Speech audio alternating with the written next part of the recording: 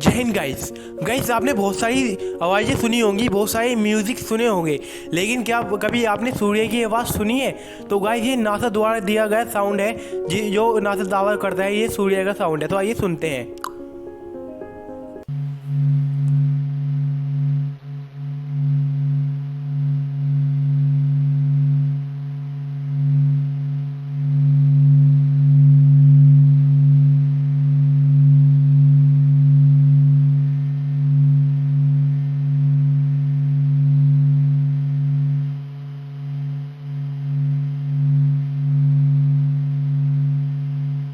तो गाइस इसे सुनने के बाद फील होता है जैसे ये बिल्कुल हिंदू संस्कृति की तरह ओम की आवाज़ हो।